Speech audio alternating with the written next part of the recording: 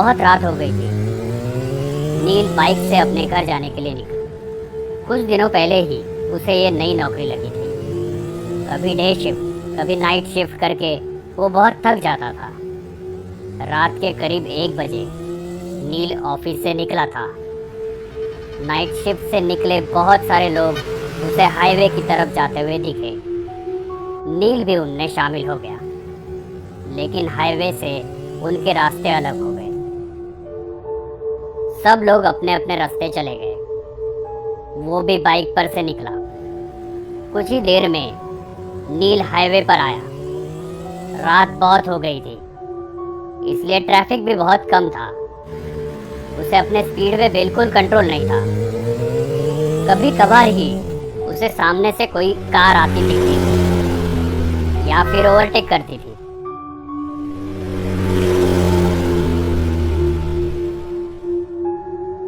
अभी उसने main highway छोड़ के कच्चा रास्ता पकड़ लिया था। वो रास्ता और भी सुनसान था। अभी बाइक के हेडलाइट में सिर्फ काला रास्ता दिख रहा था, बिल्कुल एक काले सांप की तरह। रात के अंधेरे में वो सन्नाटा बिल्कुल खौफनाक लग रहा था, लेकिन कोई चारा भी तो नहीं था। नौकरी चाहिए तो शिफ्ट में काम करना ही पड़ता है। वो अपने ही धुन में गाड़ी चला रहा था। रास्ता सुनसान होने के कारण नील रास्ते के बीच से गाड़ी चला रहा था।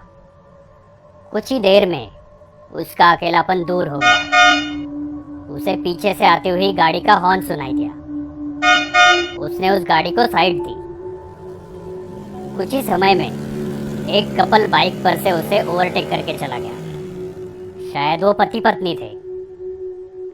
लेकिन एक बात नील के ध्यान में आई कि पीछे बैठी हुई औरत ने साड़ी पहनी थी और उसका पल्लू पीछे वाले पहिए से बिल्कुल नजदीक था। हवा के झोंके से वो कभी भी बाइक के पहिए में अटक सकता था, और अगर वो पल्लू अटक गया तो पता नहीं क्या अनर्थ हो सकता था। नील ने बाइक का स्पीड बढ़ाया और उस बाइक को ओवरटेक करते हुए कहा, बहन जी, आपका पल्लू पहिए में अटक सकता है। ऐसा कह के नील आगे निकल गया। नील के मन को एक राहत मिली कि मैंने किसी की मदद की, क्योंकि आजकल ऐसे वीडियोस कितने सोशल मीडिया पे आते रहते हैं कि एक लड़की बाइक पे बैठी है और उसका पल्लू बाइक के पहिए में अटक गया। दोनों गिर गए और जख्मी हो गए। ये सोच में नील था कि अचानक वही बाइक वाला फिर से निकल के आगे चला गया। लेकिन ये क्या, उसकी बीवी कहाँ गई? वो वहां नहीं थी। कहाँ गई होगी? नील ने गाड़ी का स्पीड बढ़ाया और उसे पूछा, भाई साहब, आपके पीछे बैठी हुई आपकी पत्नी कहाँ गई? उनका पल्लू बाइक के पहिए में अटकने वाला था, तो मैंने उनको बताया था। उस बाइक वाले ने अपनी बाइक साइड में लगाई। वैसे नील ने भी अपनी बाइक उसके साइड में लगाई। नील ने कहा, क्या हुआ भाई साहब, आपकी बीवी कहाँ है? वो पीछे ही तो बैठी थी ना। उस बाइक वाले का पूरा शरीर डर के मारे कपकपाने लगा। उसने कुछ नहीं कहा, सिर्फ अपनी डर भरी आंखों से पीछे मुड़ के देखा तो वो रास्ता और भी डरावना लग रहा था। नील ने उससे कहा, क्या हुआ, आप इतना डरे हुए क्यों हो? वो नील को देखते ही रह गया और फिर उसने पूछा, मेरे बाइक पर किससे बैठे देखा आपने? मतलब आप उसे नहीं पहचानते? मैं जॉब से घर जा रहा था अकेले, और मैंने किसी को लिफ्ट भी नहीं दी थी।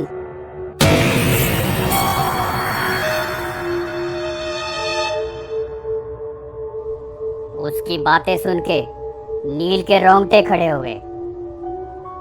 दोनों ने एक दूसरे को देखा और एक साथ पीछे देखा तो उन्हें रात की गहराई में एक धुंधली सी परछाई दिखी। वो देखते ही दोनों की आंखें खौफ से फटी की फटी रह गई। उन दोनों का दिल जोर जोर से धड़कने लगा था कि तभी सामने वाली बाइक ने हॉर्न मारा। दोनों की मानो सांस ही रुक गई।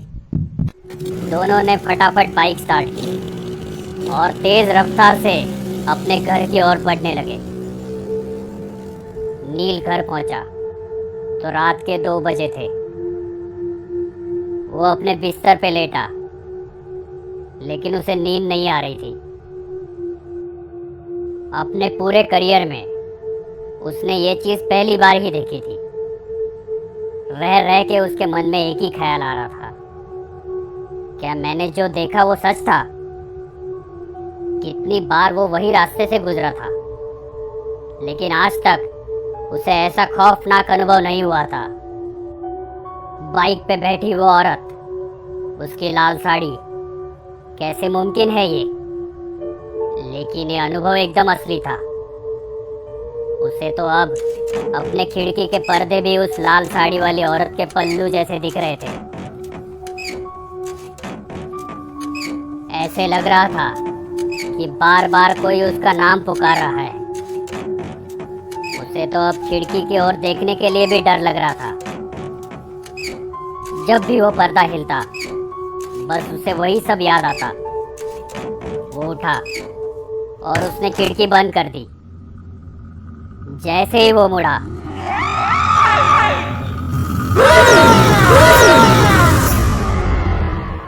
उस औरत ने नील के ऊपर छलांग लगाई। नील डर के मारे चिल्लाने लगा। देखा तो वो सपना था।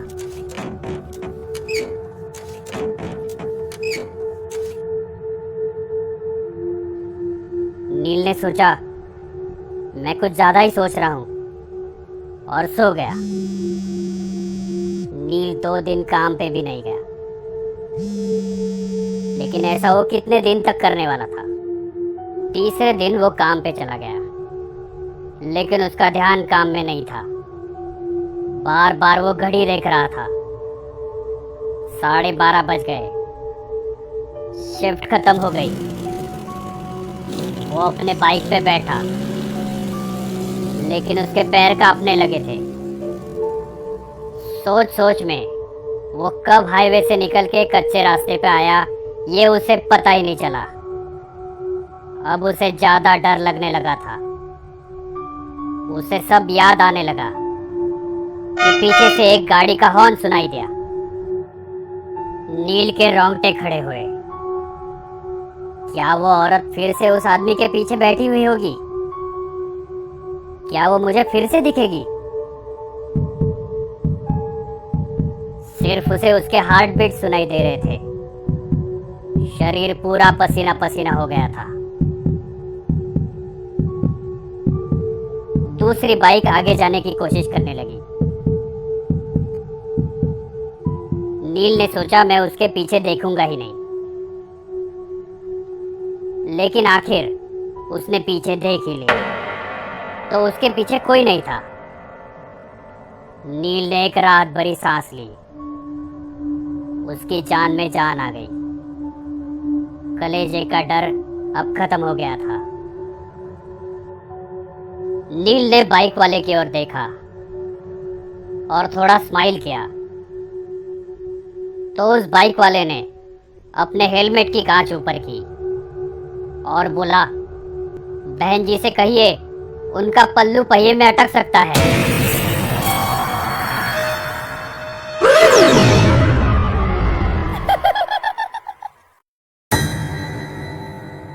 ये कहानी आपको अच्छी लगी हो तो हमें सब्सक्राइब करें